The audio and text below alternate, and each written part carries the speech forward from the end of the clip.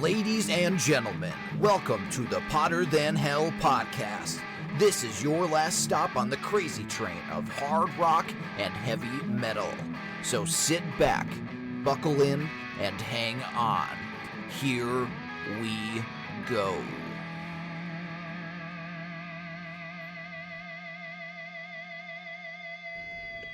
Hello, you Hotter Than Hellions. Welcome to the Hotter Than Hell podcast. My name's Steve, your host, and I'm joined as always by BC and BB. And on keyboards today is Dylan. And welcome to the show, you guys. And we have two other guest hosts this evening. Returning guest host Mark Anthony K. Hello. And from the West Coast, we have a new guest host, Mr. Ken Keenan, the voice of reason from the KISS FAQ podcast. Hi, Ken. Hi, thanks for having me here today. Hey, thanks. We appreciate you guys taking time out of your busy schedules to spend some time with us here. And before we get into topics and what we're going to talk about and everything, let's see what's going on with you guys. Ken, give us your cliff notes of how you got into music and what you listen to and FAQ and all that stuff. Well, I got into music by chance. I have three older sisters, so I heard a lot of music in the home, and such as the Beatles and Beach Boys and Bowie and I think many others. And most of it's a lot of catchy stuff, and that's what I usually get into. I mean, some of my first stuff was that I bought were 45s when I started out, buying some records. And first one was Indian Reservation by Paul Revere and the Raiders, and I had the Raspberries Go All the Way. And the list goes on. And then I started getting to buying albums, and I had stuff like the Carpenters, Linda Ronstadt, Steve Miller Band, and so on. Later on, I started getting into a little bit more rock and stuff, like KISS, which is my favorite band, and Rush, and many, many others. I used to have a huge collection too that I'm trying to rebuild right now, which kind of is going to be part of the show, I think. Okay. So as far as the KISS FAQ podcast, I've been on there for a couple of years with Mark Anthony. Of course, Julian Gill runs the show on there, and Lonnie's on there, and we have a good time talking KISS. It's pretty easy to get a subject on it since so many things have happened with that band, so yeah, it's pretty easy. Yeah, there's really no lack of conversation for those guys with everything going on. And real quick before we get to Mark, you did the Gene Simmons Vault experience probably a week ago, correct? And give us the Cliff Notes on that. Yeah, Cliff Notes. Well, 1 week ago today, I was down in Los Angeles, Hollywood area, at Capitol Records, the Capitol Records building, which was very cool just being there, to get the Gene Simmons experience, which is if you buy his vault, you get the whole experience of going there, meeting him, and whatever else happens. And fortunately, it was pretty darn good. It was worth the price for me. I'd never really met Gene Simmons. Well, I met him, but it was another time where I just shuffled through a line kind of thing, and it was just too quick, right? But this was, mine was about 8 minutes with him alone, basically, pretty much, just talking and whatever. And he's always been my favorite member of KISS since the beginning, so it was a no-brainer for me to do this. And then the top of it, the cherry on top, was unexpectedly Ace and Bruce Kulick and Eric Singer all showing up, and doing a little bit of jamming. So, and it was great meeting all the other fans there and talking KISS with them, and it's just a good time. I really enjoyed it. That's great. And we were talking real quick earlier, and I myself am going to be doing the vault, and guys like you and Julian being there, and Sonny that's been on our show a bunch of times, you guys just posting stuff and you guys talking about it really just pretty much clinched it for me to do it. It's actually a 50th birthday present from my wife, and which is nice. I'm just blown away. I'm going to be doing it in Philadelphia in February, so if she's mad at the checking account, then she can blame you guys. All right, thanks, Ken. We appreciate that. Mark, what's up with you? We know you got a bunch of stuff going with also Kiss FAQ and your Yes podcast and Project Gemini. What's happening with you? Very busy as usual. Like you said, I'm involved with the Kiss FAQ podcast. So whenever we do episodes, I'm trying to be there as much as possible, which is pretty much all the time. I don't think I've missed very many episodes. The Yes Music podcast I do every week religiously because there's a lot going on with those guys, especially now with their 50th anniversary coming up this year. So there's a lot to talk about with that. Also do my own little stuff as well and decide with Ken. We do the East-West Vinyl Analysis podcast together once a month. We do something like that. And I also do my own Project Gemini updates, and I also do my own vinyl updates of my records. And Project Gemini has been keeping me very busy right now. I'm right in the midst of mastering my second album, A Brand New Day, for vinyl release. I'm going to be going to the Lacquer channel to get that cut soon, I believe in about a week or so. So because I want to get the record released in March. And I'm already writing the third record. I have about 5 songs written for the next record. So there's a lot going on. So I'm keeping pretty busy. Great. That's excellent. And real quick, one more thing before we get into our topic this week. We just wanted to express our sadness to the Motorhead family out there in the world. All the 3 original members have passed away. Fast Eddie Clarke passing away either yesterday or the day before from when we're recording this. And it's kind of an end of an era with all 3 of those guys gone. It's pretty sad. What do you guys think? I've never been the biggest Motorhead fan. I mean, I kind of got into Motorhead when they became the 4-piece, when they had Wurzel and that other guy, I forget what his name is now. But the guy who's been playing with them now on guitar for the last dozens of years. Phil Campbell. Yeah, that's it, Phil Campbell. And that's when I started, because I got into when they released 1916 and stuff like that. So I wasn't really into it when Fast Eddie was in it, but I've kind of caught up back on that stuff. So, I love all that stuff as well now. But yeah, it's definitely an end of an era because they were a band that sort of connected punk and metal together because they had elements of both working in it. So they kind of brought those 2 audiences together in one concert venue. Absolutely. Ken, any Motorhead love for you? I don't have any Motorhead albums per se, but yeah, I'm aware of the songs and I've heard a lot of it. And, it's just always a sad day with whoever it is when it's these rock legends that, leave us. And it's just hard to see. We're just, facing mortality and years have gone by. And I'm sure, unfortunately, we're going to get more this year. It's just a sad fact. But, I enjoyed Motorhead, the songs. I mean, of course, Ace of Spades, and there's many more. But Iron Fist. yeah. And I saw Lemmy the other day as in statue form when I was down there in LA. So that was cool at the Rainbow. So, it's a hard thing with all these guys leaving us. And, I just pray they're up there jamming. Absolutely. BC. Yeah, I mean, I was later, like Mark said, got into it a little bit later than when Fast Eddie was in it. But I like Fast Eddie when he did Fastway. To me, I really got into Fastway back in the day, and a few years ago, he just came out the CD, right? Is it probably longer than a few years? That Eat Dog Eater. Dog. Pretty good, but I mean, I'm sad to see him go, but we're not getting any younger. No, I was just going to say that. The guys we grew up listening to are slowly diminishing. Yeah, and as far as I'm concerned, we did get to see Motorhead a couple times live. We saw them open up for Iron Maiden one year. We saw them open up for Black Sabbath, the Tony Martin version, years in the '90s, and I actually did get to see Fastway in concert, which was really cool. We saw them. They opened up for Iron Maiden on the Peace of Mind tour in 1983. And the thing I just remember the most about them playing is David King, the singer. After every song, we saw the show in Allentown, Pennsylvania, and he kept on saying, "Thank you, Alan Wood."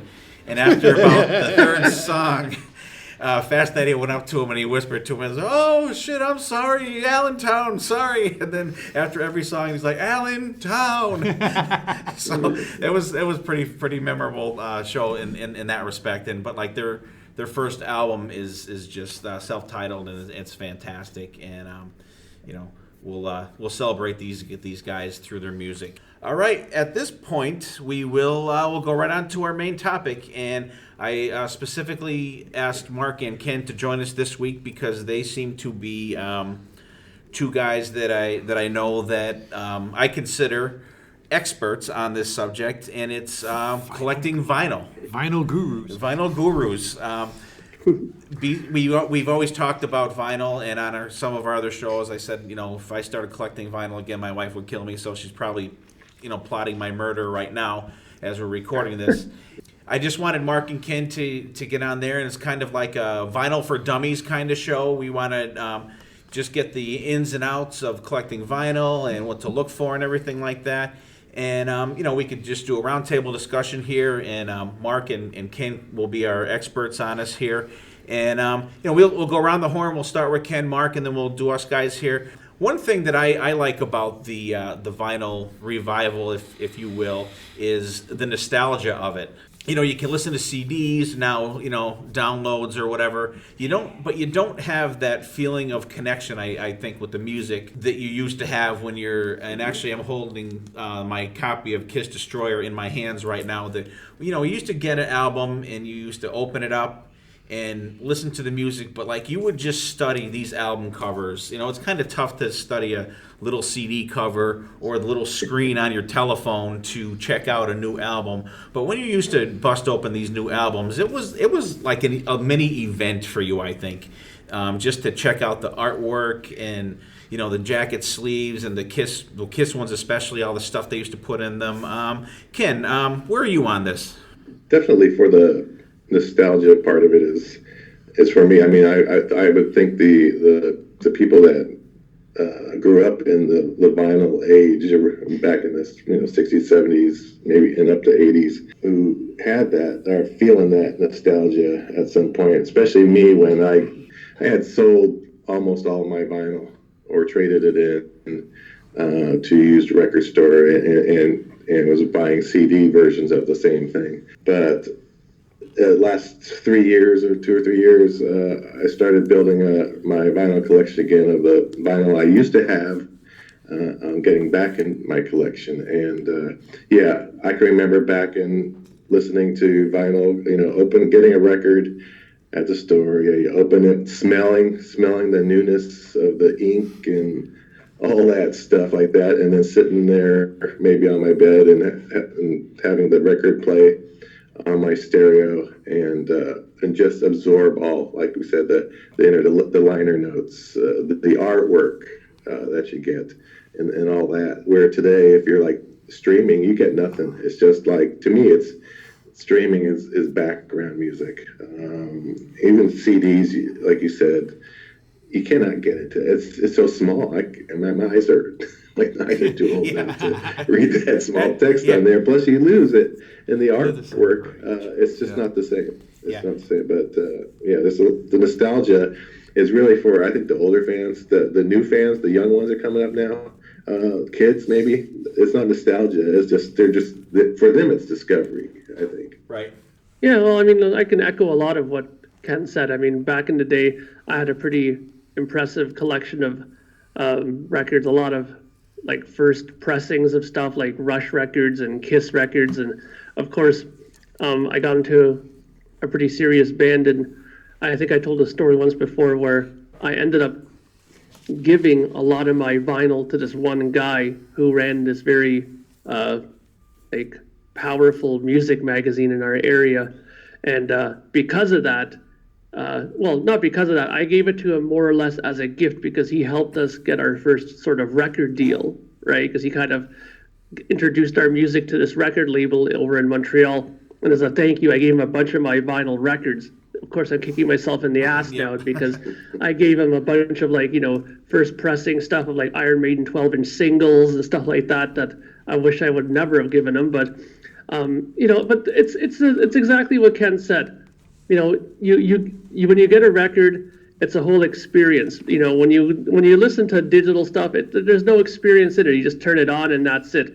I mean, for me, I'm not against CDs. In fact, I'm pretty much still pretty open to the whole CD format, mainly because of the fact that I think that CD can still offer some stuff that vinyl can't. Like, it's easy to do better bonus stuff with it because you have more space to work with. But I do love the audio format of the vinyl better sonically, of course, because it's just more a sound that I'm more used to from my childhood, and it's more of a sound that I enjoy listening to. And I like the process of having to get up and, change the sides and even back in the day when I started getting into bands and stuff like that, a lot of my first initial contacts with record labels were because of the albums, because you would flip it, look at the back, and they had to have addresses for some of these record labels, and me being naive and green back then. It's like, maybe if I write to these guys, I can send them a cassette of my stuff and they'll take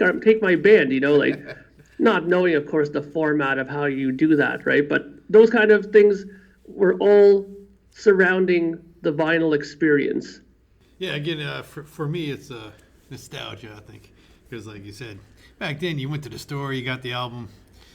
First thing you're doing, you're checking out the album cover. And, of course, you go in. Of course, back then, in the days of Kiss, there's always a flyer in there for, to get some kind of merchandise that Gene Simmons is plotting there. But it's all about, I guess there's the feel with vinyl that you don't get with anything else, I don't think. Yeah, I think I'm coming from it from a different perspective than all of you, because I don't have that nostalgia factor that a lot of you guys have. It's really, I think you really nailed it on the head when you said experience, Mark, because it's like an event. You have to sit down and put it in your vinyl player, in your record player. It's not like you can walk around with a giant turntable and listen to this thing. It's like you're sitting down and you're listening to it. And vinyl's making a huge comeback, especially within my demographic, because you go into FYE, you go into Target, there's vinyl for sale, brand new vinyl from latest artists coming out, and they offer a digital download, but they're offering a full vinyl disc for their latest albums, and it's crazy that it's making a comeback in that kind of a way, and that may very well be from the older fans that have nostalgia, but it's really just strange that the newer generation is also picking up on vinyl, and I think it's an interesting trend to talk about. Cool. Yeah, I like what Dylan, what you threw in, because I was going to throw that in. How I know I've ordered a couple vinyls through Amazon, and Amazon also will send you the digital download as well, so you have two copies now. You have your old nostalgia, and you have your current, throw in your phone or your iPod or whatever. It's I think it's a great mixture of what they're doing with these newer albums coming out. Yeah, and just if I can jump in there really quick, I think the great thing about that is, for example, someone like me who has to go in his car a lot of the times, whether it's going to a pressing plant or going to a studio or going somewhere, it's nice to be able to also have that so I can listen to that album in the car. I mean, I'm not handcuffed to only having to listen to it in my house on my stereo. If I really want to hear it, I can also have it in my car. But of course, my preferred way to listen to it is on my stereo at home, right? Mm-hmm. Yeah. Absolutely. And like I said, I'm just going to echo what everyone said here, just the nostalgia of it. And I want to say my very first vinyl that I had was, that was my own, was Kiss Alive 2. And just the feeling of opening that up and seeing that, everyone knows the middle, what the open album looks like. It was just amazing. And listening to the vinyl, it just brings you right back to that type of feeling. I really like it. So, go ahead, BB. All right. So our BB's got a next question is, what do you guys collect? Do you guys collect your favorite bands? Do you collect vinyl because of maybe the color of them? I know, Mark, your new album is like a bluish purple tint to it, and I know newer bands are releasing albums and just not black, they have different color schemes. What do you guys use in your knowledge to collect albums nowadays? Well, first of all, I'm collecting vinyl. First of all, when I started buying it again here a couple of years ago, it was more to just kind of restore my original, for the most part, my original vinyl collection albums that I knew I couldn't live without, the music that I know I would always go back to. Beyond that, I kept collecting then more. For instance, on the Kiss side, I kind of got into this thing where I'm buying the different versions, the different labels that, for instance, like the first Kiss album, say, you got the blue label, and then you got the blue label 2, and modified. The variations? It's the variations, right? The Camel label, Records and Filmworks, and so on. That's part of it. The other part is if I see something unique about it, or something that just strikes me as being unique, or even a record label on the album itself that just looks cool and is different, may spark me to get another copy from maybe another country or something. Otherwise, a lot of it is, like you said, colored vinyl is I very much enjoy. I mean, I just recently got a Electric Light Orchestra album, a New World record, that one. It was only out in it was a red vinyl. That one was a red vinyl from another country. And I've done that with the Kiss albums too. There's the Pie records, Europe or England. England, yeah. Had all the records, certain amount of records of Kiss in red vinyl. They did a red vinyl pressing, and I have all of those. So yeah, I do look at that stuff. Lots of times there's a lot less of them, or they didn't make a lot of them. For instance, another one I'll just point out is a Steve Miller Band, Greatest Hits. Back then, only the promo copy was in blue vinyl.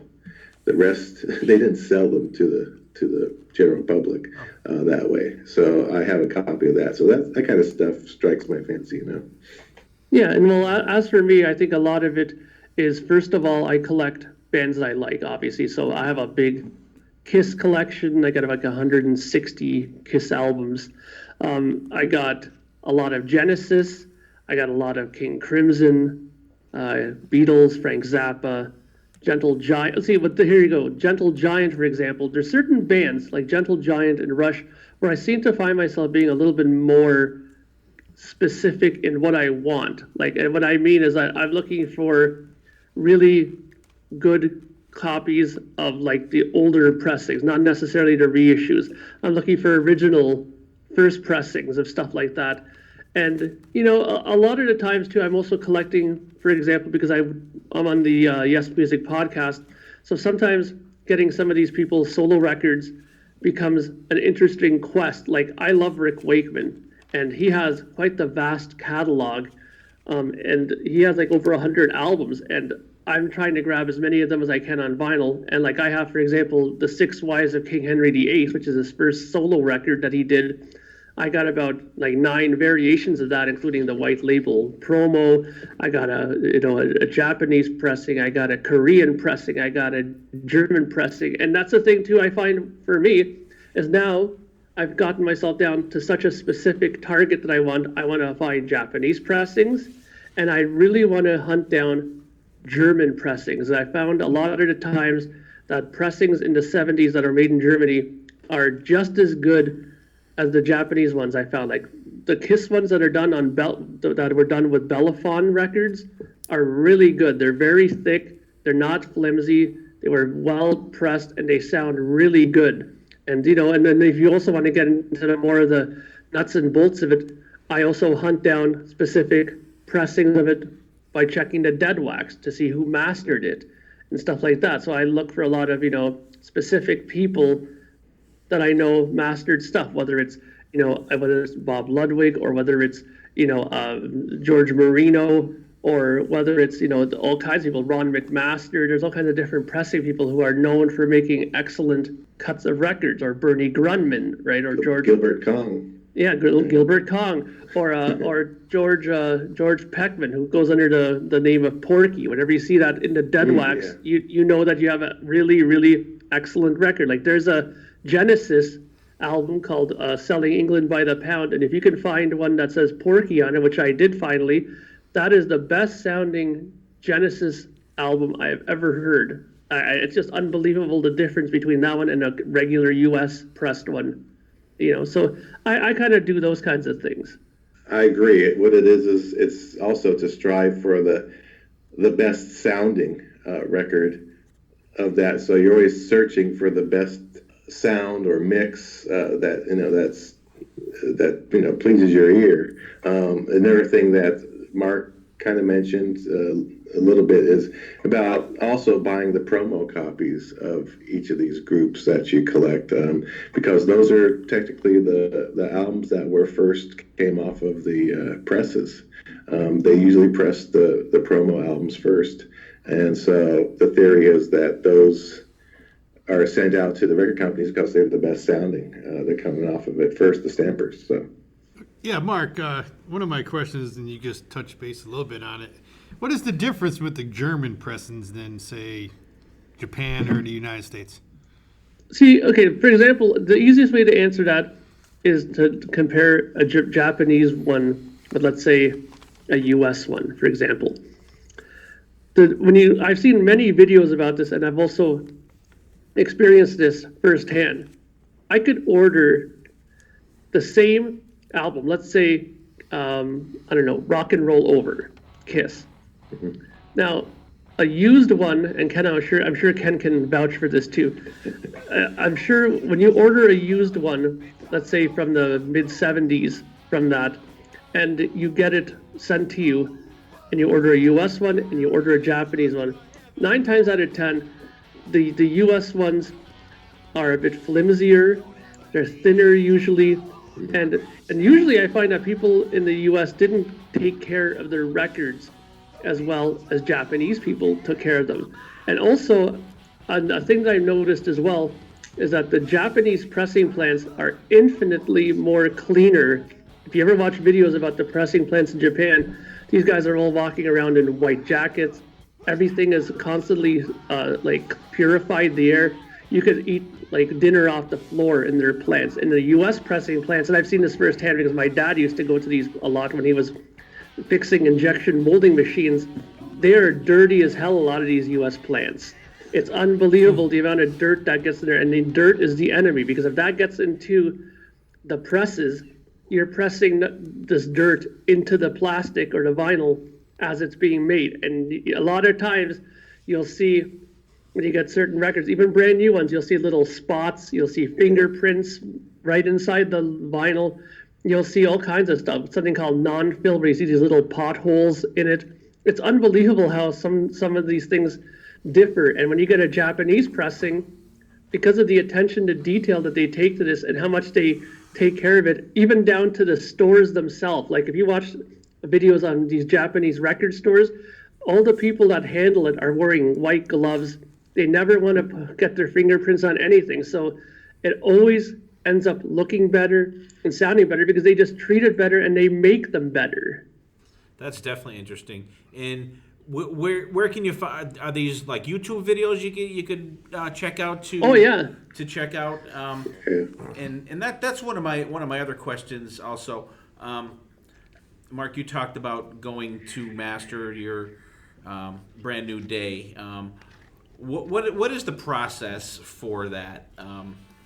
I always am fascinated. These guys are probably sick of hearing me say this shit about like the process of making music, right down from writing the songs to recording them to actually the recording process itself, getting it from what you recorded onto a CD, onto vinyl. And you spoke about you were going to do Brand New Day, have a vinyl coming out for that, and you were going to take that to get that mastered. How does that process work?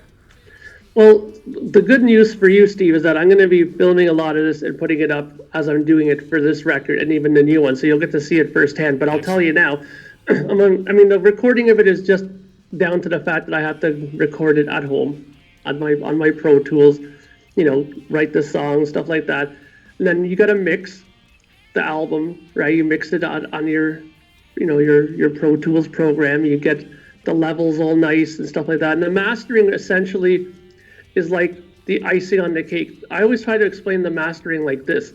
Imagine you're given a CD, right? And now you take it home, and there's a way that you like to hear music.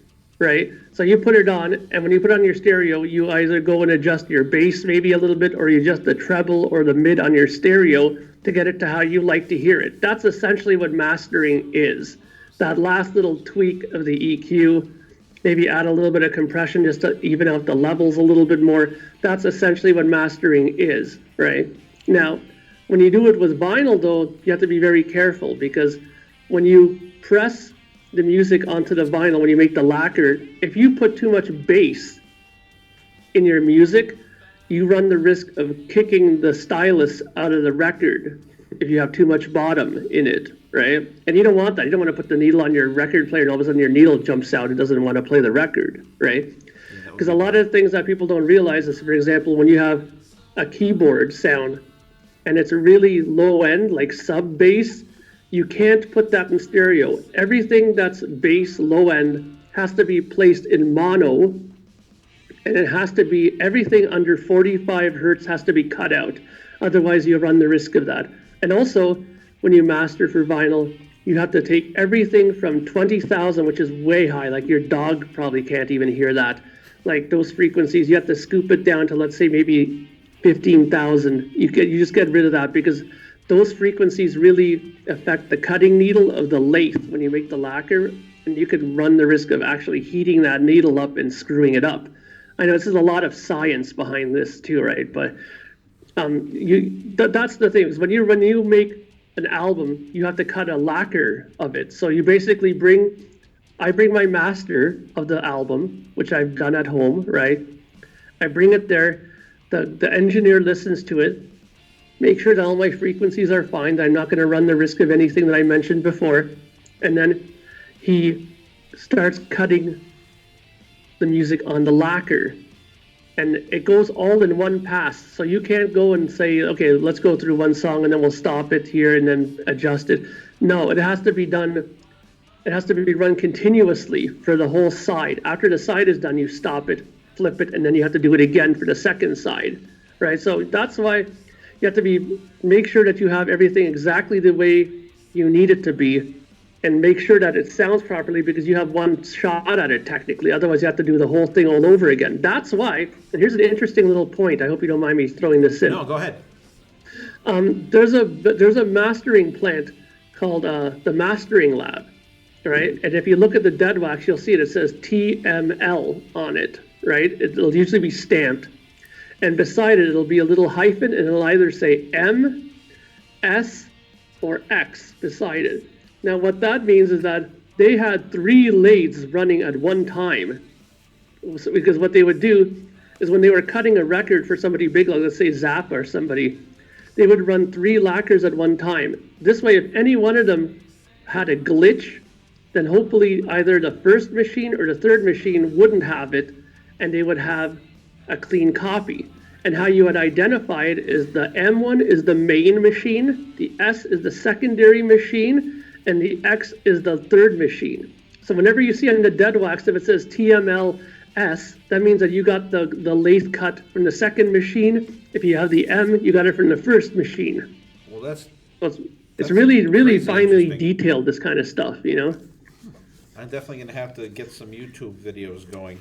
That was great, and like I said, I've always been interested in that. And I know that you had a couple little videos of that for Ordinary Day, and yeah. I actually watched them a couple times, and that was great. And thank you. Do you guys have a lot of signed vinyl? I'm going to get into one of the other questions too. Say if myself or BB or BC were here, we want a specific. Say we want a first pressing of the first Kiss album. How do we know we're not getting ripped off when we get that? And how do we know what a reasonable price for something like that would be? Would it be, what are you willing to pay, or like what is like an outrageous price for something like that? Like for just a pressing. For instance, the Kiss first pressing. I mean, at least for me, my Kiss first pressing of the first album is the promotional copy, right? And it has a sticker on the left-hand front side. It's kind of a pink sticker. I can't remember what it says. I think it does say it's promotional copy.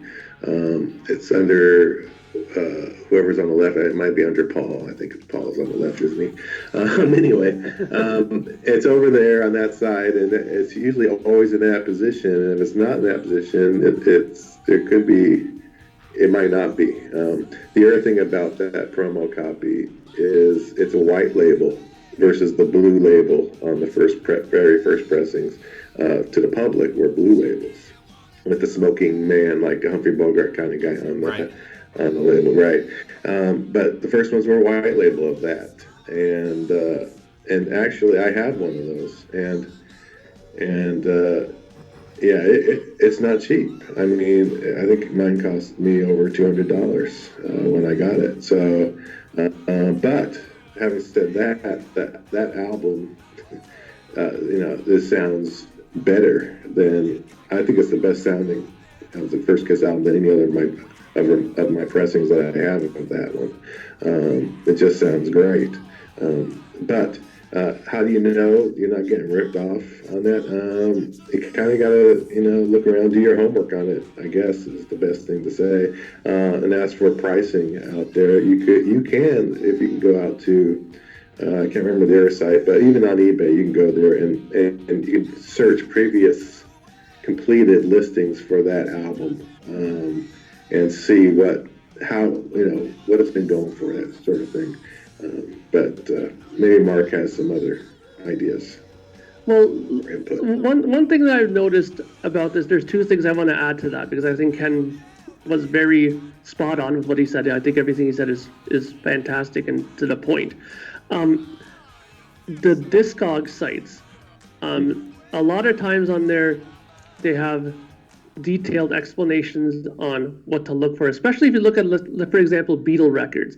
They're really, really good on giving you information on what the different variations are. Like if you're looking for a first pressing of the Rubber Soul, for example, from Canada, they have a really good details on there. Like if you go to Discogs and look for Rubber Soul, Beatles, and then look for Canada, and if you click on it, when you scroll down to the comment section, it'll usually tell you, if you want a Canadian first pressing, you look for the following: purple label, make sure that Canada is in brackets on the information around the side of the label. Like it'll give you specifics on what to look for. So that's really, and that too. So that's really helpful. It'll tell you in those sites what to look for when you're out in the wild looking for stuff, right?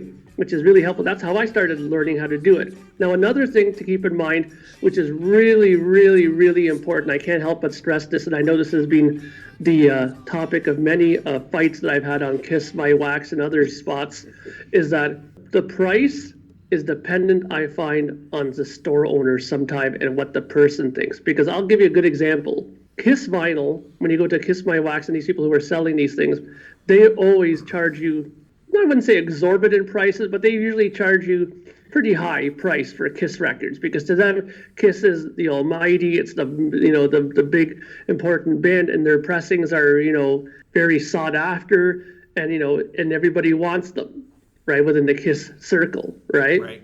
Now, if you go to a store, and I've been to these kinds of stores too, where I walked into a store before down here in Canada, and walked in and I saw, for example, a first pressing of Hotter Than Hell Kiss, and he wanted $10. I was like, wow, you really? Like, I was looking through it, I took it out and looked at it, it was clean, no scratches, nothing. And I kind of looked at him, and I didn't say anything because I didn't want to give him, the impression that he should be charging me more for it. After a while, we started talking about it, and after we started talking and kind of got a bit of a dialogue going on, I kind of figured it out, what was going on here, because a lot of his Kiss records and a lot of his kind of other bands that he had in here, for example, like he had some Black Sabbath that were really like priced more than fairly. It was bands that he didn't like. You know what I mean? So he's just trying to offload them. Yeah, so for him, he didn't give a shit, how much he was selling it for, because he couldn't care less about Kiss. Right. You know what I mean? That's, you got to be careful with that too, because sometimes if these people hail these bands, they could charge you double because they think they're such an incredible act. Yeah. Right. Now you say, how do you know what pressing it is? I have Love Gun in front of me. I have the album out. Now looking at the album, let me flip over to side one. How do I know? How do I find out what version of the album I have in front of me? Okay, well, first of all, what is the label that you have? Is it a blue label? Is it the second label, the desert one, or is it the Filmworks one? It's the custom label. The desert one. Record. Okay, Casablanca record and Filmworks one. The camels. Okay, so on that's the okay. But if it says records and Filmworks, that's the third label. Okay. Okay, so that.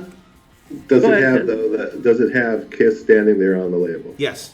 Go ahead. And what is it? Is it a U.S. pressing? How do I know that? At the bottom, what does it say at the very bottom? Let's The text at the bottom. California, made in USA. Yep. Yeah. Okay. So there you go. So obviously, by the sounds of it, he has, it's, and this is the thing you got to watch for as well. It comes out in 77. 77 is also the time when they changed to this specific label. So there is a chance that it could be a first pressing because they didn't have a blue label for this one, nor did they have the second label for this one either. Right, Ken? Yeah, that's correct. Now, I guess the other sort of information that we need to find out as well is do you have the actual album cover there? Yep. Okay, flip it to the back. Now, what does it say at the very bottom? The text at the very bottom. Manufactured and distributed by Casablanca Record and Film Works. Has the address Los Angeles, California. Casablanca Record and What's Film the actual address that it has? 8255 Sunset Boulevard, Los Angeles. Okay, all right. So by the sounds of it, it's starting to sound like to me that it's very possible he could have a first U.S. What do you think, Ken? Yeah, that's what I was thinking all along. It has the order. It has the order form in it and the blood sleeve, and it just doesn't have the gun in it. Yeah. Okay, well, there you go. Because if you have all those things in it, obviously this was a used copy. I'm taking. Yeah. Okay, so yeah, because a lot of the times, if you actually have all those things in it and it's used, and you should consider yourself pretty lucky, I think, right? Because it's very rare, I think, that everybody has those things in it, especially when they're in the used condition, right? Right. Do you guys think I'll be able to get my Kiss Love Gun T-shirt for $5? It says so on the order form here. Oh yeah. Good luck with that. Yeah, And it says you can even send And I mean- cash. We'll bring it to Gene, see if he'll take it. Yeah. Now, here's another thing I'm curious about too, is the dead wax information on there, like that. You know what the dead wax is? That's the in between the label and the grooves, right? Yeah. Yeah. Now, does it say on there, for example, NBLP 7057 AS, and then 1A. dash 1A? Yeah, okay. And does it say Sterling on there anywhere? Pressed like a stamp? Where in the dead wax there? Yeah, like look around it. It might be on the other side. Yeah. Somewhere around it. It's tough You might have to for me take a see. good look at it. Oh yeah. It's just a little tiny stamp, right? There Yeah. you go. Yeah. There you go. So that means then, congratulations, you have one. Really? Yeah. Yeah. It's not for sale. Because I have the Destroyer one here too. I won't bore everyone with all the details of that, but I just wanted to know how do I, and that's great. And that Sterling stamp is really small. Yeah, and think about it. The older that record is, the harder it'll be to see it. You might have to pull out a magnifying glass sometimes and see it because it'll Yeah, start getting worn out through time. Yeah, it's Obviously, pretty right? close. So it almost seems like it's like coin collecting in a way. Like where you're looking Yeah. Yeah. Or stamp collecting. yeah, Yeah. stamp collecting. Even more exciting. That's cool. That answers a whole lot. And while we're talking about different versions, also, do you guys? How much demand is there for signed albums now? Whether it be like a picture vinyl or just the jacket, and that's another thing. Is that kind of hit and miss whether you're getting ripped off or not? Well, this I think I'm going to have to divert to my voice of reason friend because I personally don't collect autographed vinyl. I for one don't know enough about it to know whether or not I have an authentic autograph. All my autographs that I have are 8x10 pictures that I've physically held in my hand and given to the person to sign, because I got them at NAMM conventions and stuff like that. So I know they're real, right? And these ones where, you're buying them from somebody and they're saying, oh, I have an authentic Kiss record with Paul Stanley's signature. I don't know enough to be able to identify that. Maybe Ken might know more about that than me. I don't search out ones that have autographs on them. I mean, there's been a couple of times it's been tempting. For instance, like a Lick It Up album that had all 4 signatures of the band at that time, with Vinnie Vincent and so on. But, I just either hold back or it's either too much. They're charging, it's something like that. I mean, I did buy one. It was an Ace Frehley signature in gold, but it was on a import of Rock and Roll Over, the one that it's a different album cover. It has the blood splatter. I'm blanking out on the country, but it was a different South American, I'm pretty sure, something like that. But it was in gold. And how do I know it was his signature? Well, I didn't know for sure, but I compared it with other ones kind of out there. I said, well, that definitely looks like a signature, and what he was doing at that time period that this person signed it. Plus, this guy actually had a copy of an event, a signing at one of those conventions, or it could have been a Monster thing or whatever, something back in convention in the early 90s, where Ace was there, and they had the actual flyer in there, and he, gave that too as part of the LP. He put that in the LP for me. So it's kind of a proof that, I was there and I got this signed by Ace. So that seemed pretty legitimate to me. Otherwise, and it wasn't too expensive going for that album, because it's kind of a semi-rare album, and I wasn't overpaying for it, so it was kind of a bonus to get the signature. Otherwise, I don't know. I got signature on 2 albums last week when I met Gene. The 78 solo album, and then again the 78 solo album picture disc. I had him sign, so I know those ones are legitimate, of course, because that was right there.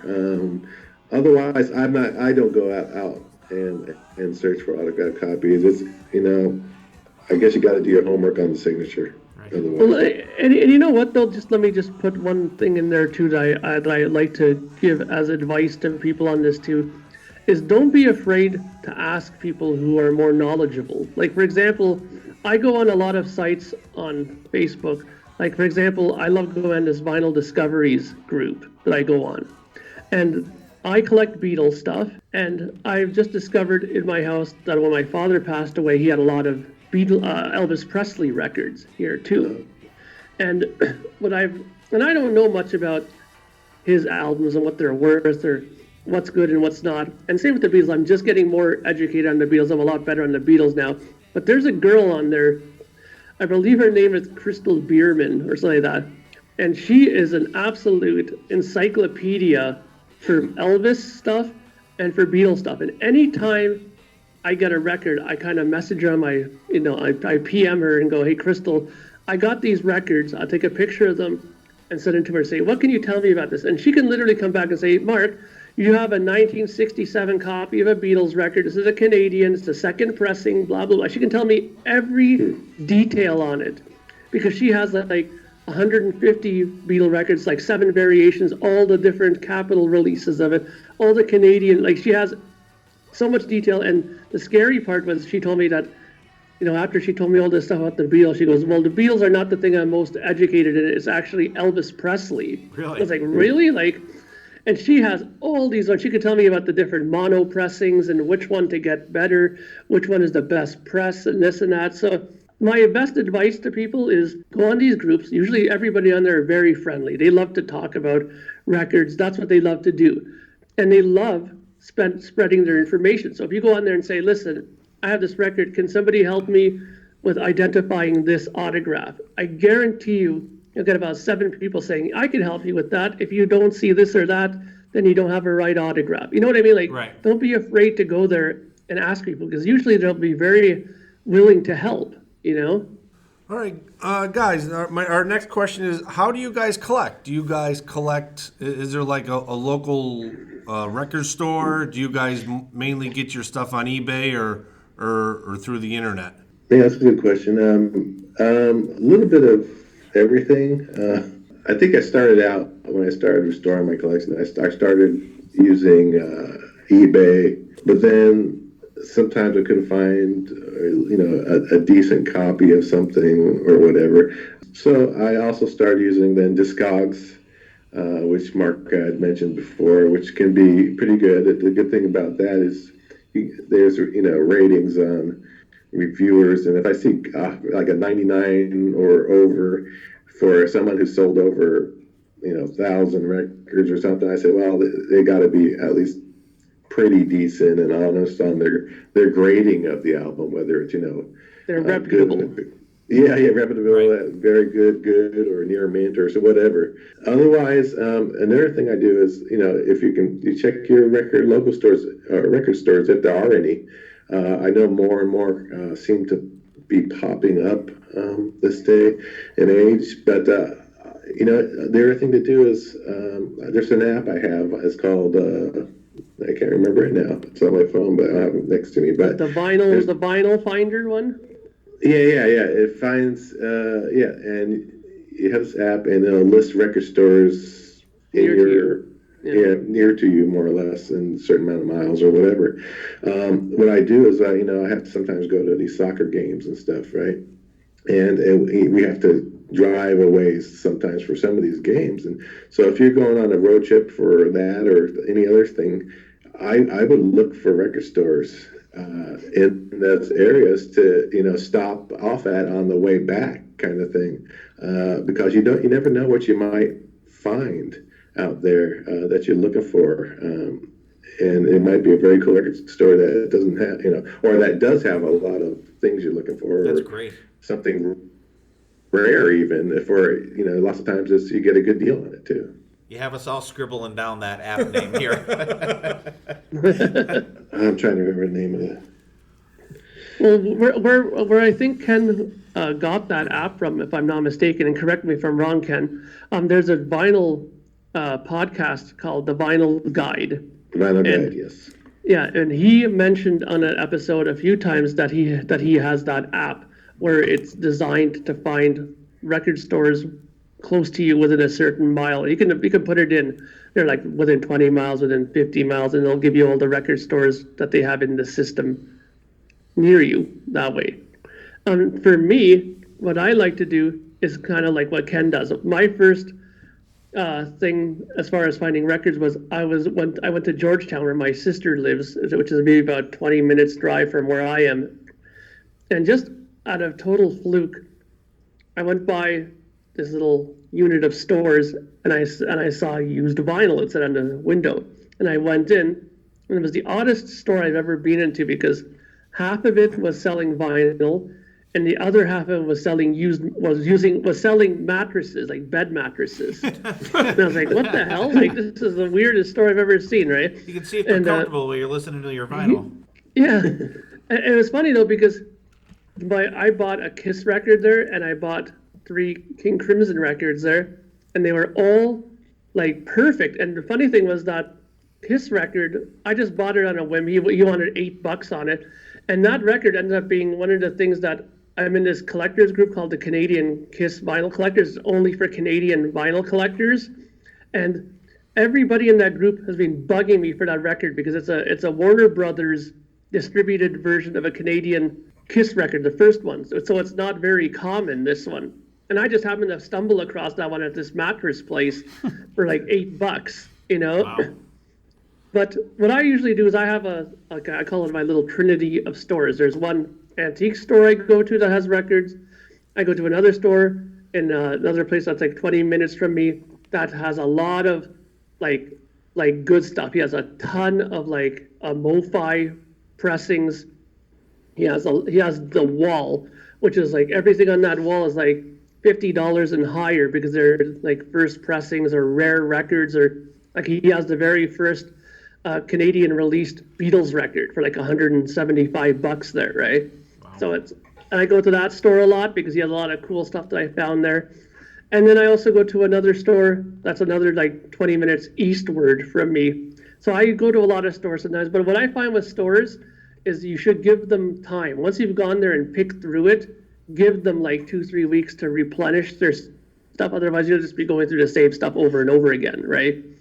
But I usually use Discogs because I like to hunt for something specific, and I can find it down to the letter. Like I want a German pressing of this album from this year. I don't want the first one. I want let's say I want a reissue. I can get really specific on what I want on Discogs, and that's why I like Discogs. And the same thing that I kind of gave advice about as far as the Facebook groups, I give the same advice for Discogs. Find a store or a person that you buy from, get a relationship with them. Like I usually talk to these sellers, like I message back and forth. And for example, I bought from this one record store in Montreal about a dozen times now, and they know me now by first name pretty much. And I've gotten such a good rapport with them that they sometimes even message me now and say, hey, Mark, this came in. Are you interested? So build a rapport with people, and sometimes it'll work out to your advantage, I find. Right, because I know BC, you go into one of the record stores by us, and you have a guy like that, right? Yeah, they're closed now.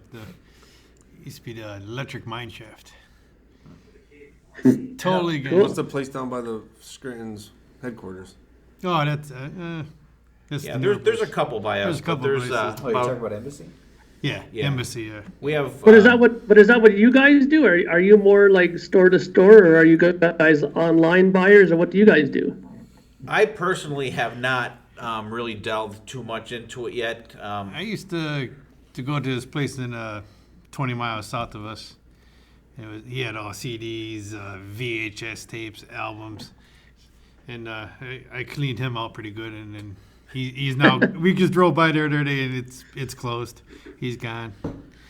And there's one other place in the same city. So it's also, I mean, even like an antique store, sometimes you'll find something. I mean, there's one that was not too far away from me that I went to, and they only have like maybe 100 albums or so, maybe 200.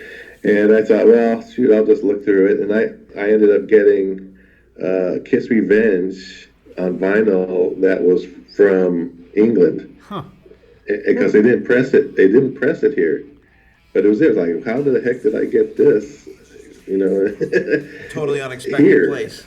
Yeah, it was totally unexpected, and I probably paid like $8 for it, and it's in great shape. And it was just like a total surprise. Well, you never know. You might find something out there. You know what, though? And that's a great point, because as I was saying earlier, there's one store that I go to, like maybe once a month. It's an antique place. And the first time I went in there, I'll never forget it. I opened the door, and I was taking my mom in because she was looking for antiques, right? And we went in there, and it's like the typical antique store, like all kinds of old stuff. Everything it's like a barn almost where he has this stuff. And I asked him just jokingly, I go, you wouldn't happen to have any vinyl? He goes, oh yeah. He's like an older fellow, like almost 70. He goes, I got him down in the 3rd floor in the basement. I'm like, okay. I go, so he pointed me and it was like a maze getting to this place, like all the way down. And I went so down, my ears were almost popping. It was so down the stairs. And finally I get down there, and like, holy smokes, there was like dust everywhere. And I saw it. He had this huge amount of records. But just like Ken said, sometimes you can find like some real gems in there, because, at first I found nothing but, Kenny Rogers and Dolly Parton. I'm like, oh, great, it's going to be one of these things. And then all of a sudden I started finding Montrose, the first album, first pressing, dust galore all over it. But I picked it out, pulled the record out, blew the dust off it, and it was perfect. I'm like, okay, I'm taking this. And and this is the great part, I'll get to that in a second. I took that one, put it aside. And then I went through and I found, I don't know if you're familiar with this guy. He's the drummer from Yes, the original, Bill Bruford. He had a solo band just called Bruford. And I found 2 UK pressings of his records. And I was like, wow, I couldn't find these anywhere. And I found them in this dusty pile of records. So I took these records. I found a bunch of them. I even found a Max Webster record. And I found a Frank Zappa record I was looking for. So I was like happy. I took them. And I went to this guy, and I go, here you go, how much do you want for this? And he would look at it, and he already had price tags on it, right? So he would have like 12, 10, 10. But what he would do is he would look at it and go, okay, this is 12. Give me 8 for this one. This one's 12. Okay, give me 9 for this one. And he would cut them right down and say, you know what? Just give me 25 for the lot. No shit. I'm like, oh, Nice. great, okay. And that's why I'd always go back there. And he knows me. Always come in now. He's like, oh, hey there, Mark. Looking for some more those prog records you're looking for? And I go, yeah. He goes, I think Jeff came in with some more. That's like his son. Like he goes and tries to now replenish their things because people are starting to come there now, right? So, but that's the thing, get to know these people. And sometimes if, you make a good rapport with them, then you never know what you can find, right? A friend of ours used to work with us. There's an indoor flea market down valley a little bit, and apparently there's a guy in there that has a lot of vinyl. He said, go check it out. So I got to get down and see what they got. Check him out, yeah.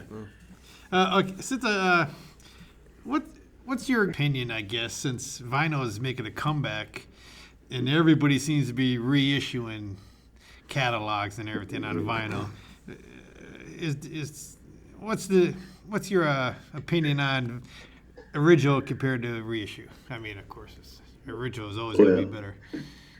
Yeah. Well, the reissues are not always up to par with maybe the original pressings, depending on how they took the source from, whether it was if they take it from the original analog tapes and master it, it's usually going to be, it's going to be better than them taking it from maybe the digital source where they put it to digital.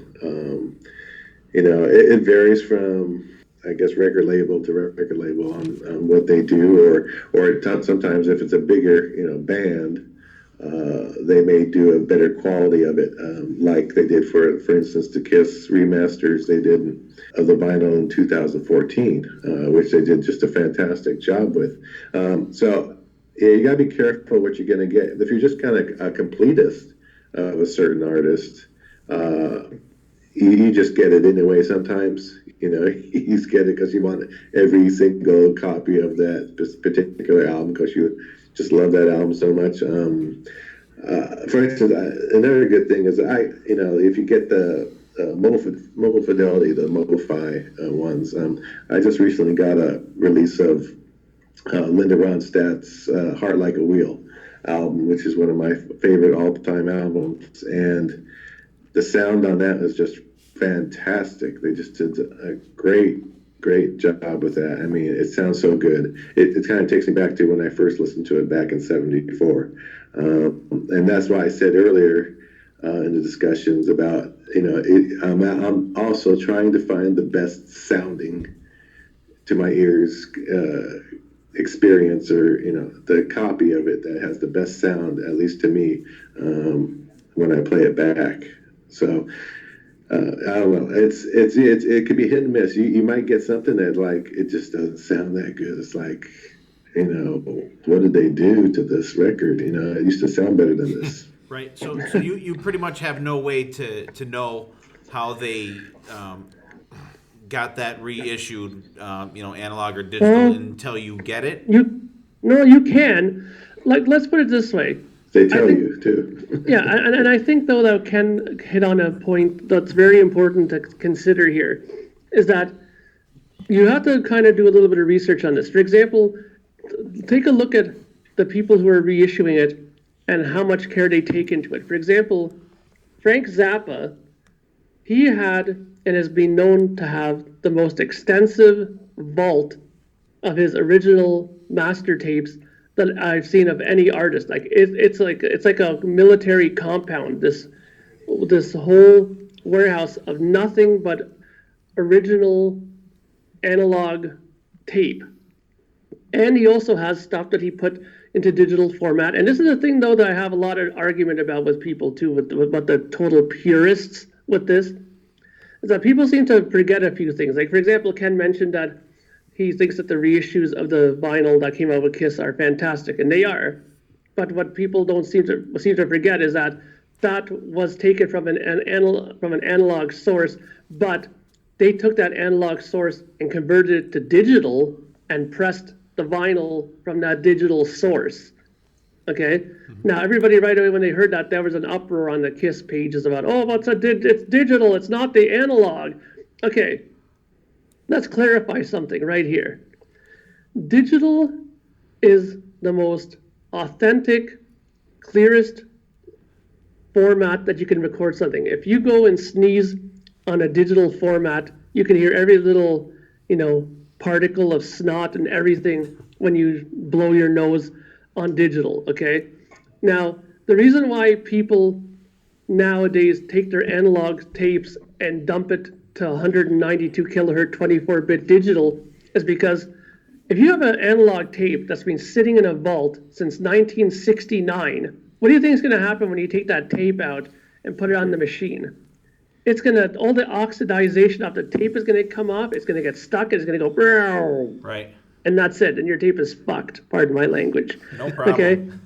And that's why they take these tapes, they bake them, and they have one shot to get a clean recording of this. So what are you going to do? You're going to put it to digital, because you can play digital 150 times and it's going to sound the same. This is why people convert it to digital. Now, don't get me wrong. I like the analog source tape as well, but you have to be very careful with storing it and how you store it. And some people don't put as much attention to it than for example, the Zappa Family Trust. They have an environmentally stabilized place where they keep all their tapes. They could take those tapes out now, put them on the machine, and it'll still play perfectly because they've taken care of it and nursed it and babied it. If you go to, for example, Neil Young, he just released a beautiful website now where he has all his analog source tapes that you can listen to on the website now. And he did the same thing. He took care of his tapes. He made sure they were babied, and a lot of the things too. A lot of people got their safety copies, and the safety copies were never played. So those tapes, for example, have a much better chance of giving you a good transfer because they weren't used 100 times in the 70s to make albums, right? So, you know what I'm saying? You have to make sure that, analog is, sure, it's the perfect way to get the music that you want, but it's not always the case because sometimes people will play these tapes and there's dropouts, there's the treble is gone off of it. A lot of stuff can happen to tape. Take a look at your cassette tapes. If you play your cassette tape 100 times, what happens to your tapes after a while? It starts to sound like shit. Yep. The same thing with reel to reel, all right? So you got to keep that in mind. That's why people like the guy from King Crimson there, Robert Fripp, he had in his house a backup safety copy of In the Court of the Crimson King. And so when they made the 200-gram reissues, they used that tape to make the reissues because it was the only tape that he approved the sound of because it sounded good. The rest of them sounded like ass because they were used so much. One of the tapes were even out of phase. They didn't sound proper. The bass was not good on it, but they were still making records off of those copies. So a lot of the times, yeah, analog is the way to go, but don't be scared if you hear that it's a digital remaster of it because sometimes they do use the analog source tape and they have to do that if you ever want to have more vinyl copies of it, because once that tape is shot and gone, that's it. It's gone. Yeah, one really quick thing on the mastering, that's a part of it right there because if it's mastered, if they put something on vinyl, press something on vinyl that was mastered for CD, then you got a problem. Yeah, that's it. That's what I was alluding to when I was talking about the digital part. Which they have been known to do, and it sounds like crap on vinyl because it wasn't mastered for vinyl; it was mastered for a CD, and you got different frequency rates and stuff, and to deal with when they're doing that stuff. Yeah, and you know what? And I'll tell you one thing right now that I know for a fact. If you collect Beatle records, do not, and I repeat, do not buy any vinyl reissues from 1987 to 1989. They were all done off of digital source and all from the same source that the CDs were made from. So that's exactly what Ken was talking about. To avoid those albums because they sound like hell.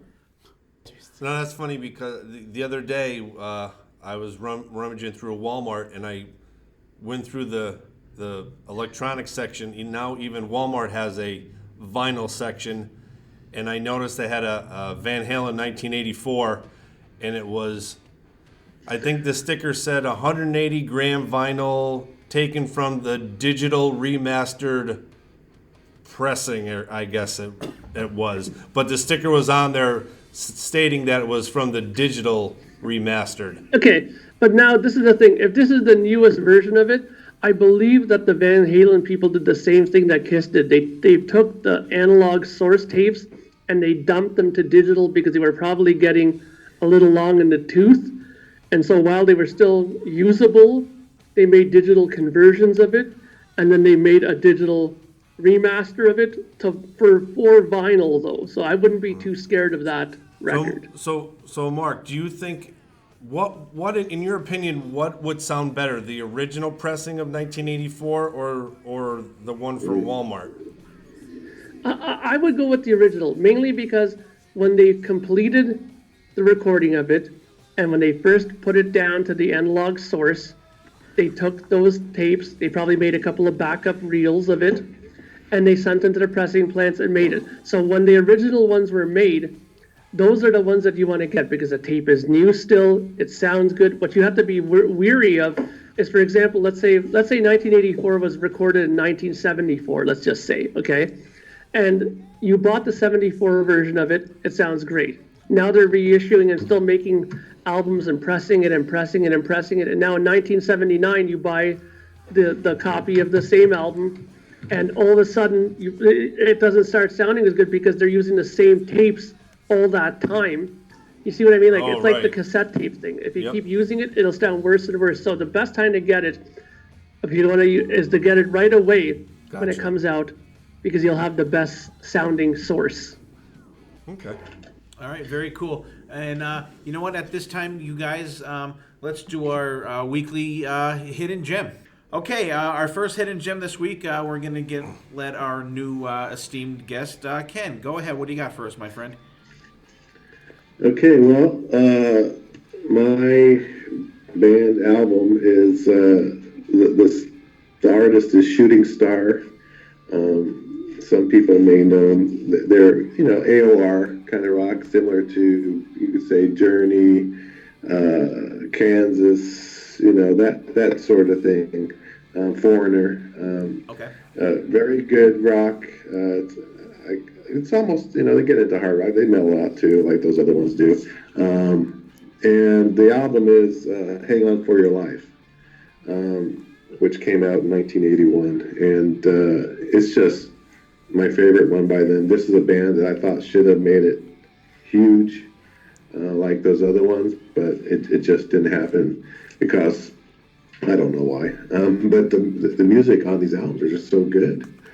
I don't know if anyone's heard of some of the music like Hang On For Your Life or Breakout. Flesh and Blood was kind of a hit. It used to play on the radio a little bit too.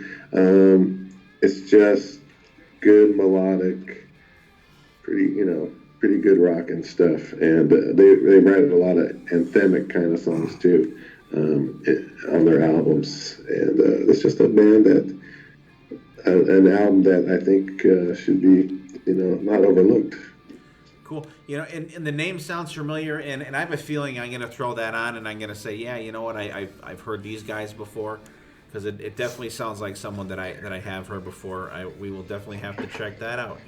Mark, before we get to yours, I'm going to ask you which Max Webster thing you're going to throw at us this week, or what do you got? Actually, no Max Webster. I have something totally different. This album I'm going to shoot to you guys is something that I just finally found. I've been looking for this album for 5 years, okay, because I remember back in my teenage years I had this record on cassette and I loved it, and there's a whole kind of thing behind this that I'll get into really quickly, but the album is from a band called, and it's not really like a band name because they use just their last names.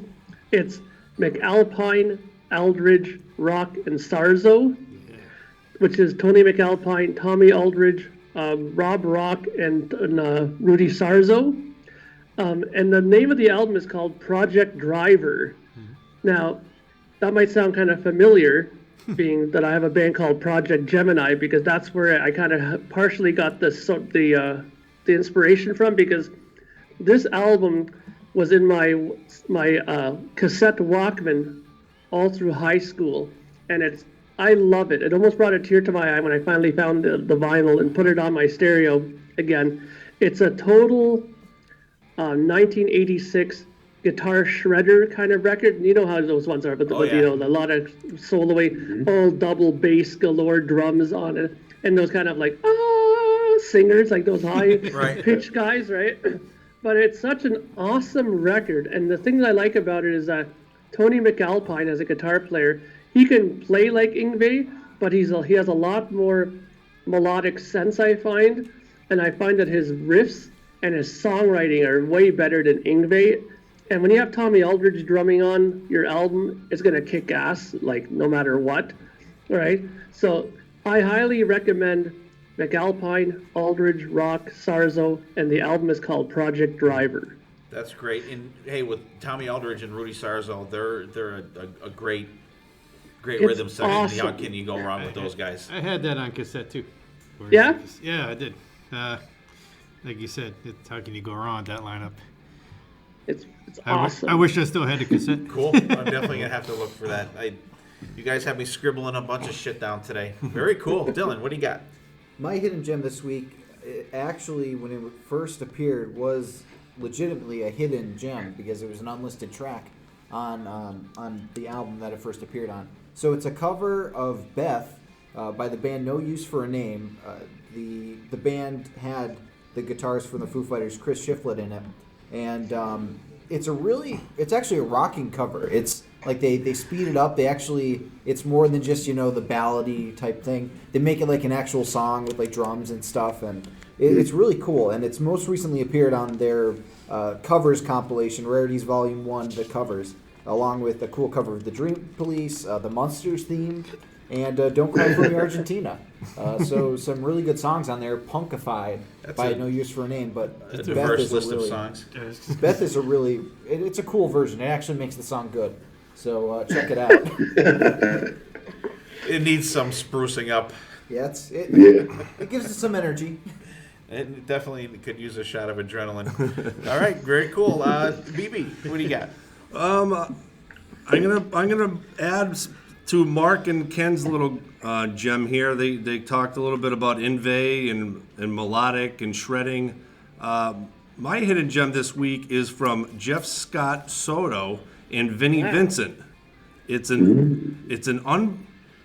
bootleg from 1987. It's called the Publishing Tape. There's 5 songs on it.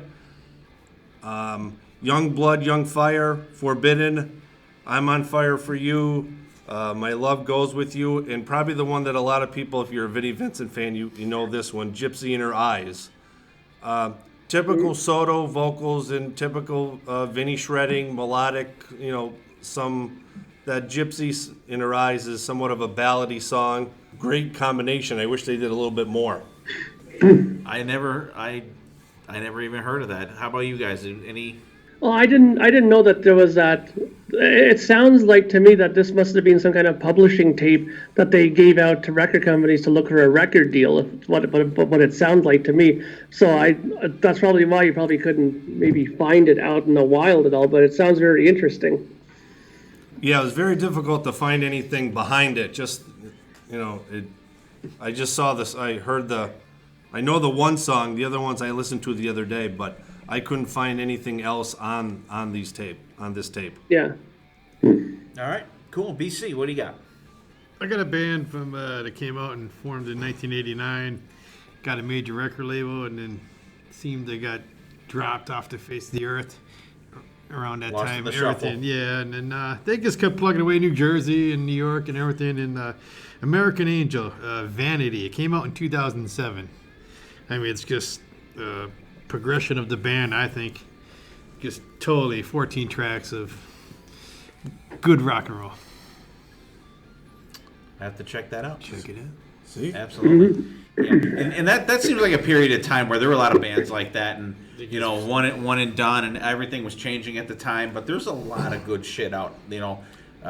late 88, 89, 90. A lot of good bands that kind of just came out and just like kind of like blowing out the match. Good pick. My pick for this week is going to be a band called Oz, O-Z, and the album is Fire in the Brain. It came out in 1983. It's definitely a metal album. I think the Ape DiMartini, I think, is the singer for that band, and it's maybe a little bit on the devil worshipping side type lyrics and stuff, but it's a really good hard rock metal type album. Songs like Searchlight, Fortune, Megalomaniac, Stop Believing, Black Candles. So if you're in the mood for a good, and it's not thrash, it's just good metal. Maybe in the vein of like a harder Saxon, like a cross between maybe Saxon and Motorhead. Really cool band. I don't know if I know BC and Dylan have heard these guys before, but if you haven't checked them out, I will. Like I try to do with everything, when we do the hidden gems, we want everybody out there to check these guys out. And Fire in the Brain, you said it's called? Yeah, Fire in the Brain. So this is a Swedish band you're talking about? Yes. Yeah, really good. And I will post at least one song from every one of these, and I'm really looking forward to checking out the ones that everybody and I do check out all the stuff that we do bring onto the show, and I appreciate you guys participating in this on our show here, and we appreciate it. I'll go through them real quick here. Ken had Shooting Star, Hang On For Your Life. Mark had McAlpine, Aldridge, Rockstar Zo, Project Driver. Dylan had No Use for a Name, Beth.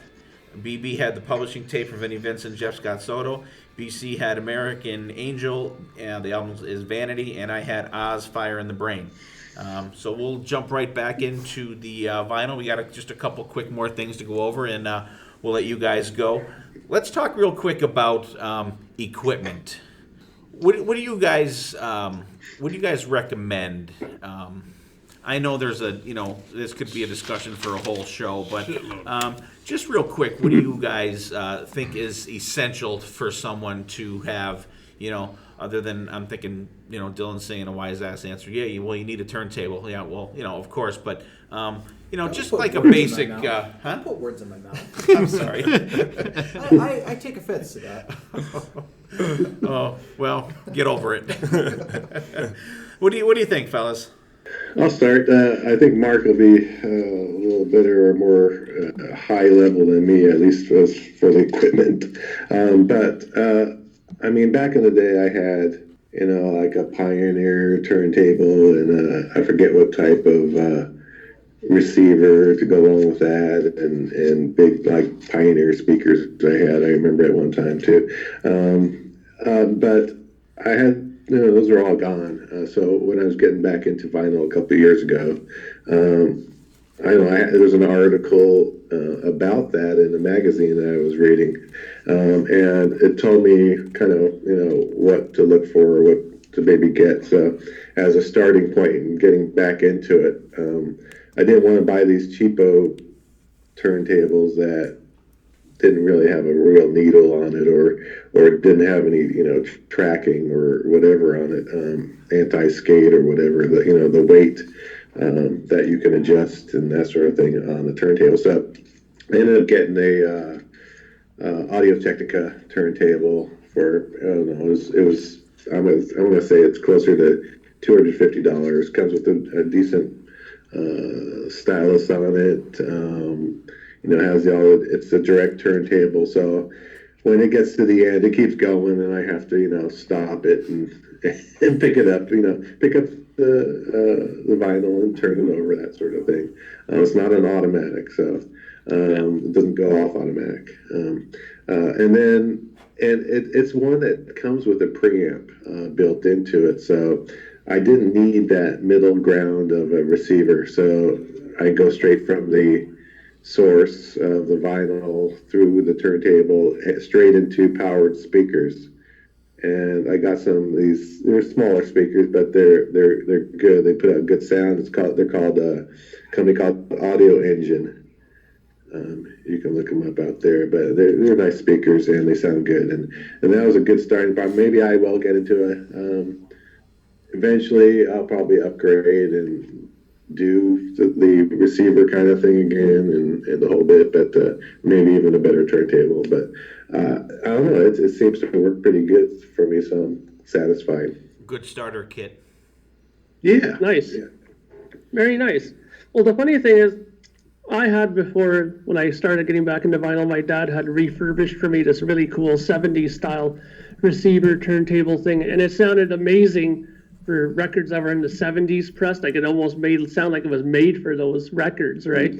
But then it kind of died. I mean, it was old. It was like, Jesus, I was like 40 years old, this thing, so it died. But I ended up getting something very similar to what Ken did.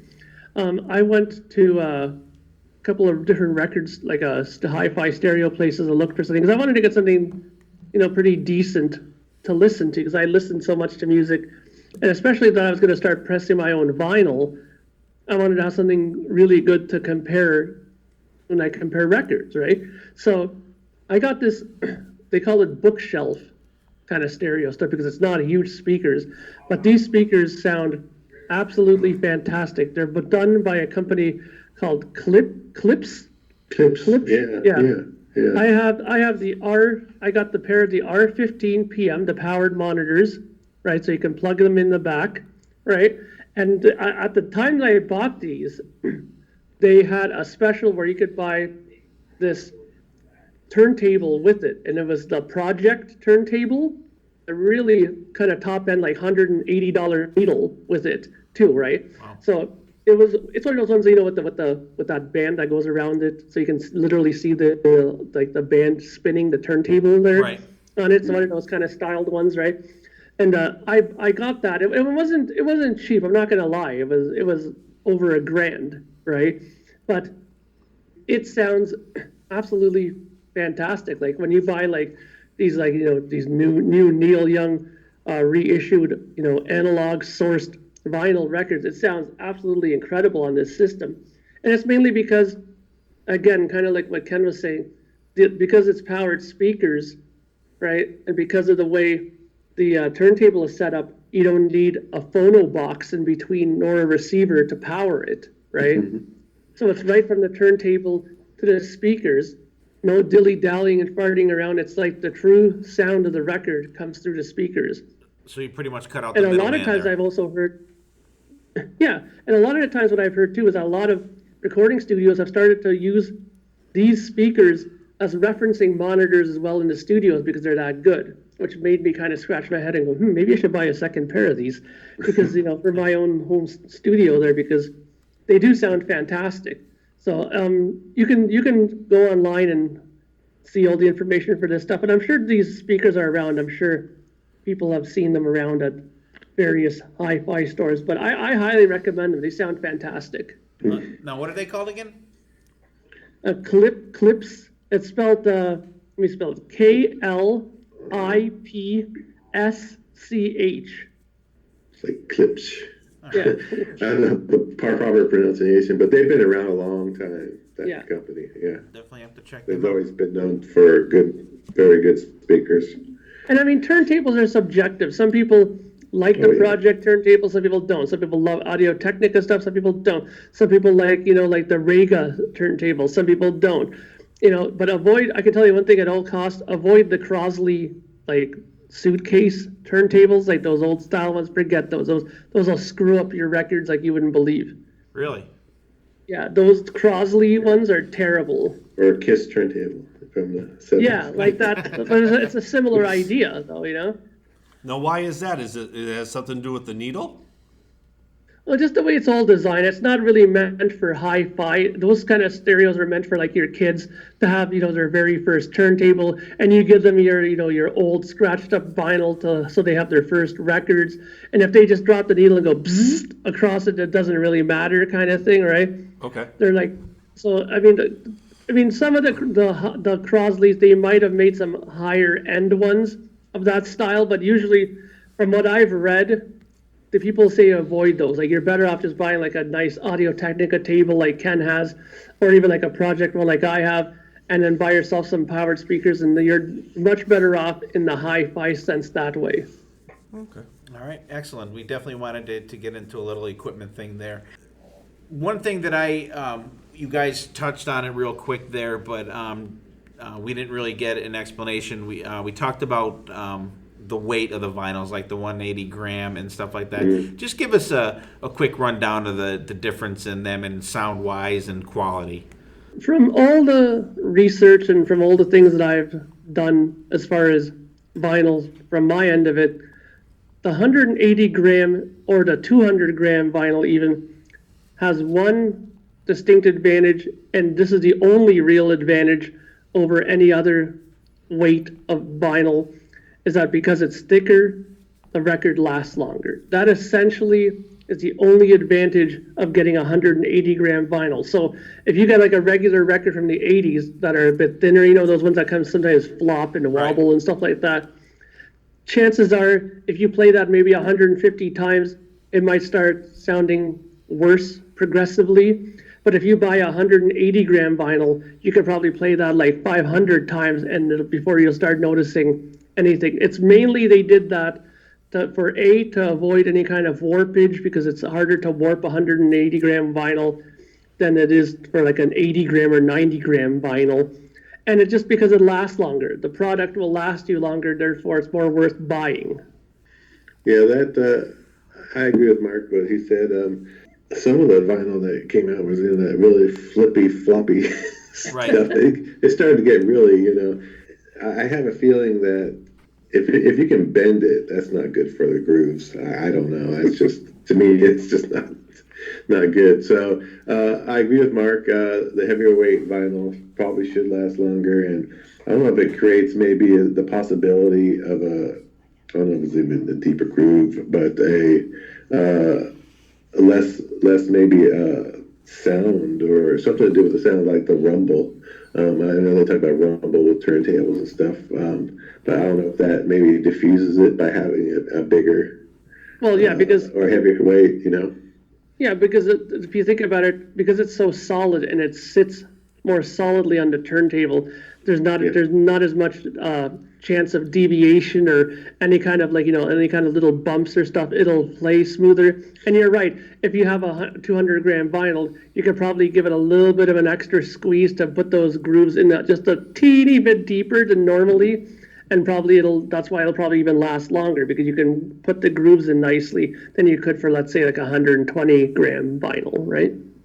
Yeah. So it's and then they feel heavier and heftier, and they just feel better anyway. Feels like there's more quality in it, just feel wise. It's solid. Yeah. Yeah. All right, guys. That's pretty much exhausted our questions. Is there anything else you guys would like to bring up to anyone that is looking to start back into vinyl or start it, period? Anything else? Any final thoughts on the vinyl situation that we've discussed here today, fellas? Just to, do your homework when you're out there. You're just getting into it.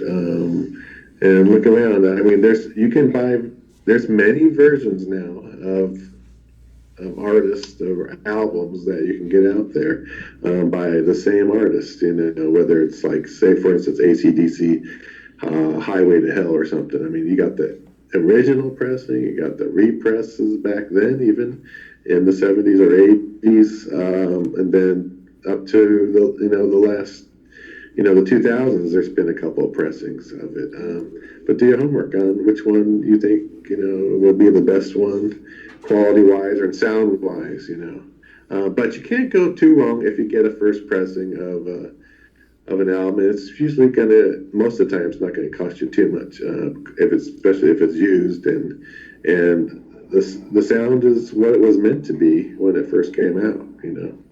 That's how I look at it there. Yeah, that's great. I mean, and the other thing that I would suggest is, have fun with this. Music is supposed to be about enjoyment and escapism, sort of too. Like when you listen to music, you're mentally going away for a while, just enjoying the music. Buy what you enjoy. I mean, that's the most important thing. I mean, some people buy because they think about value and resale and stuff like that. To me, I think it's more important to buy the music that you like. than to think of it as an investment. This is not like a stock market thing, buying vinyl, right? As much as some people will make you think it is, but it's not. Go out and buy the records that you like, and some of this can be really enjoyable. Like, give yourself like a little task, like, I want to find myself a Japanese pressing of a Steve Miller record. It could be fun to try to find these records, and the kind of the joy that you get from actually accomplishing your goal and then putting on this great record, it makes it all the more fun. I think just enjoying this sort of venture that we're on now with vinyl being back, I think you should just enjoy it, Mm-hmm. Great, and that's the reason we wanted to do this show. And for all you guys out there to listen, this is kind of a different type of episode for us because we're always talking about bands and songs and all that stuff. And we were actually recently, myself and BB, just getting back into vinyl. BC's been into it for a while. We've talked about it on a couple other episodes, and we just wanted to get our we'll call you guys our resident vinyl experts, and just get it out there for anybody that's thinking about replenishing their vinyl collection or starting one up. Like Ken said earlier, it's more nostalgic for guys like our age, and then for guys and girls also. Dylan's generation, it's more of a discovery, and I think it's great, and I really appreciate you guys coming on with us, and we'll go once right around the horn. You guys can do your thank yous and plug your shows, and we'll wrap it up. Ken, my friend, go ahead, buddy. Okay, well, I just want to thank you guys for having me on here. It's a fun discussion. It's a subject that I have a big interest in because I am still replenishing my vinyl and getting new vinyl and that sort of thing out there. And I love listening to your show weekly and listen to the certain types of hard rock, most of it that you bring up and talk about. A lot of it I have, and then there's other stuff I don't have that it's turned me on to some stuff that I never really got into. So I want to thank you for that. I'm always there at the Kiss FAQ podcast on most episodes. So we're there. You just come check us out whenever you want. Okay, well, I guess the same thing goes for me. Thanks for having me on, guys. I mean, this is like my third or fourth time, so I feel comfortable. It's almost like a second home now coming on here. But I'll just give you guys one last thing, just to all the listeners as well. We were talking about all this kind of different pressings and dead wax and stuff. If you want to get more in depth in it, I'll give you a good thing to check out. Go to YouTube and in the search type in Tales from the Dead Wax. This is a guy who has this really excellent series on different pressing plants and what ones to avoid and what records to avoid and what ones to look and to buy. And it's a really great series. He has like 20 different episodes. You'll really enjoy it, so check that out. And then just like Ken, I'm in the Kiss FAQ. So if if you're interested in Kiss stuff, come and check us out there. I also do the Yes Music podcast, which is just an audio one. We talk about all things Yes.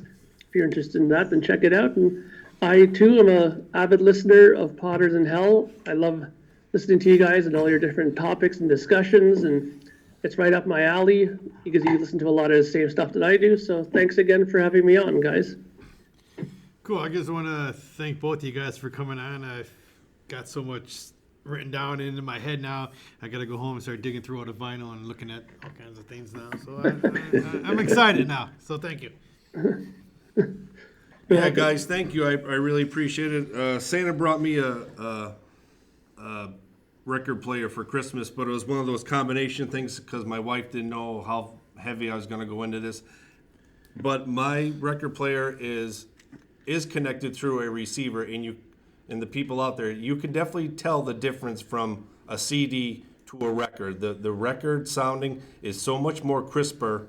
Maybe because I played the CD I used as an example, but the vinyl is so much crisper, especially in like the headphone version.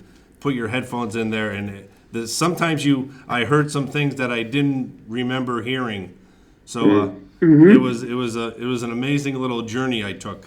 But thanks you guys for coming on and your acknowledgement of this great vinyl thing, that road we're going to be going down. I could see it's going to be a fun ride. Bank accounts are dwindling. Yeah. Yeah, it's great having you guys on. It's always a pleasure to have guests on the show, especially such studied individuals as yourselves. I'm talking a lot better this time. I'm on a roll, and I'm very happy about it. I'm glad that vinyl's making a comeback. It's such an awesome medium to listen to music through, and it has this warmth to it that everybody talks about, and it's really just something that you need to experience to really understand just how much better listening to vinyl is than putting your headphones in and listening to like something streamed, for instance. And it's cool that artists are embracing this new renaissance of vinyl music, and I hope that it keeps continuing on, because it's an awesome format for music. All right, that was Dylan. That was good. I was eloquent tonight. Yeah, and once again, you guys definitely thank you for coming on. We appreciate you taking time out of your lives to spend time with us, and like you said, the vinyl renaissance is great, and my thing is I just love holding that album in my hand, looking at regardless if it's Kiss or Aerosmith or whoever, and it takes you back to that, right back to my old bedroom in my old house where I live, where I grew up in, and it just takes you right back there, and that's what I enjoy the most about it. And everybody out there, let us know what you guys think about vinyl. You guys just totally CD guys, don't be a downloader like BB. Yeah. And just get out there, regardless whether you listen to downloads seriously or CDs or vinyl or whatever. Just get out there and enjoy music. That's what it's there for. Mark touched on it before, that it's a fun thing. It shouldn't be anything that causes anxiety. It should be your escape from life or whatever bullshit's going on out there. So just get out there, enjoy music, enjoy our podcast, share it out there with people, and we appreciate everybody for listening, and we will see you next time, and there will be a next time.